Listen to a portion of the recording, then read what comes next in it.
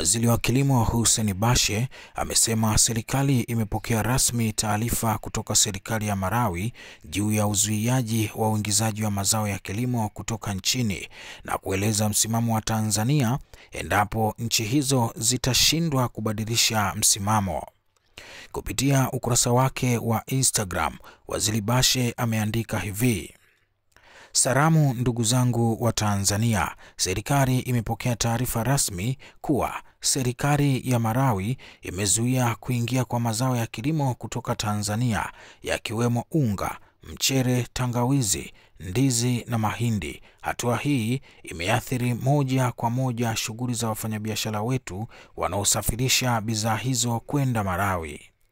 Ni vyema ifahamike kuwa kwa kipindi cha miaka 5 serikali ya Tanzania imekuwa ikifanya jitihada mbalimbali kufungua soko la ndizi nchini Afrika Kusini bila mafanikio. Hali hii inafanana na changamoto tulizopitia kwa zaidi ya miaka 10 katika kufungua soko la parachichi hadi pale tulipoamua kuchukua hatua za kulinda maslahi ya nchi yetu.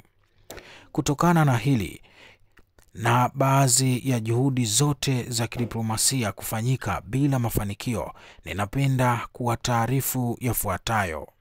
1. Iwapo serikali ya Malawi na Afrika Kusini hazitabadilisha msimamo wao kufikia Jumatano ijayo, serikali ya Jamhuri ya Muungano wa Tanzania kupitia Wizara ya Kilimo itazuia uingizwaji wa mazao na bidhaa zote za kilimo kutoka nchi hizo mbili.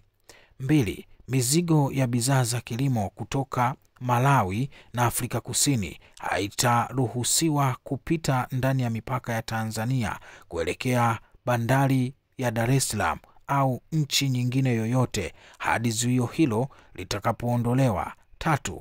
Usafirishaji wa mbolea kwenda Malawi utasitishwa ikiwa ni sehemu ya hatua za kulinda maslahi ya wakulima na wafanyabiashara wa Kitanzania. Wafanyabiashara wote wenye mizigo ya kuelekea Malawi wanashauriwa kuacha mara moja kupakia bidhaa hizo hadi hapo taarifa rasmi itakapotolewa kulingana na msimamo wa nchi husika.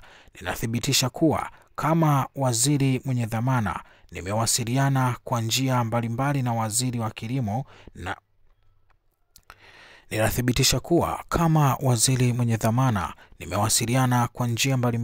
waziri wa kilimo wa Malawi bila mafanikio ya kupata majawabu rasmi. Hatua hizi ni za kulinda heshima ya nchi yetu, uchumi wa wakulima wetu na usawa katika biashara za kikanda. Mambo ni moto kweli kweli. Hii inaitwa mwana kulitafuta mwana kulipata. Waziri Bashe kama waziri mwenye dhamana sasa ametoa tamko. Hawataki tupeleke vitu kwao, hawasilete vitu kwetu. Full stop.